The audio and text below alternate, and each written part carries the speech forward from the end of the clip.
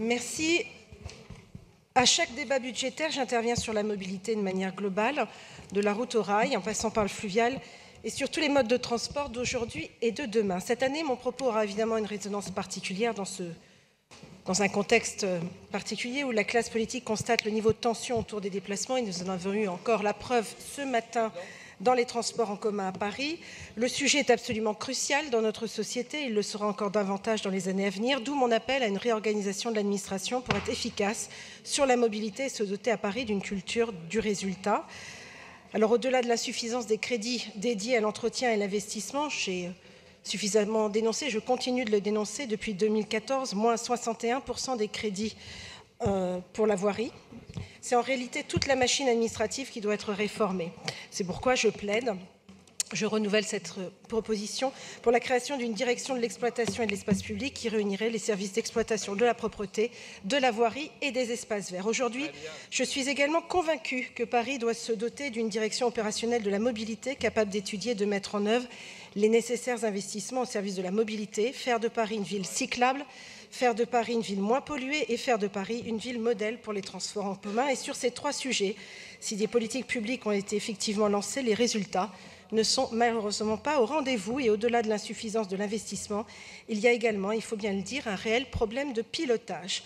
On le constate sur la mise en zone 30 de Paris, par exemple, plutôt que de recourir à un service études dédié pour chaque aménagement qui pourrait être mis en œuvre par des entreprises dédiées. C'est chaque STV qui se voit ajouter cette politique publique lourde à son plan de charge, réalisée ensuite par les entreprises de leur marché. Et finalement, ce sont des aménagements qui prennent du retard, beaucoup de retard, notamment au moment de l'exécution, parce qu'ils nécessitent énormément de petits travaux ponctuels qui sont mal dimensionnés par les marchés. Quant au plan vélo, vous regardez sans doute comme moi l'observatoire du plan vélo disponible en ligne. Seulement 19% du plan vélo parisien réalisé, dont seulement 12% d'aménagements satisfaisants.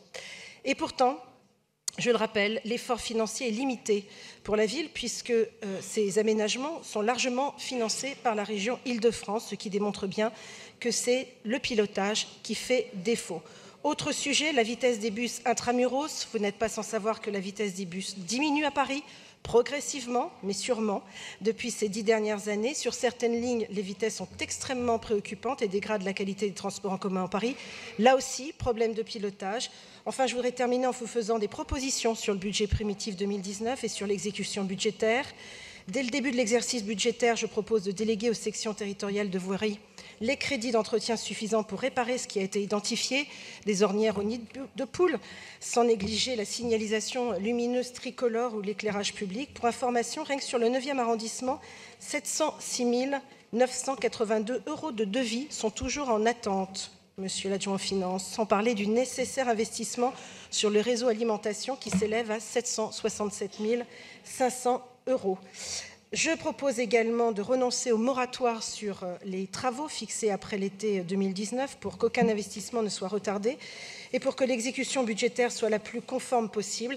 Et enfin, il me semble indispensable de lancer dès à présent un plan pour augmenter la vitesse des bus qui sera progressivement mis en place après, je l'espère, la mise en œuvre de la restructuration du réseau bus au printemps 2019. Je vous remercie.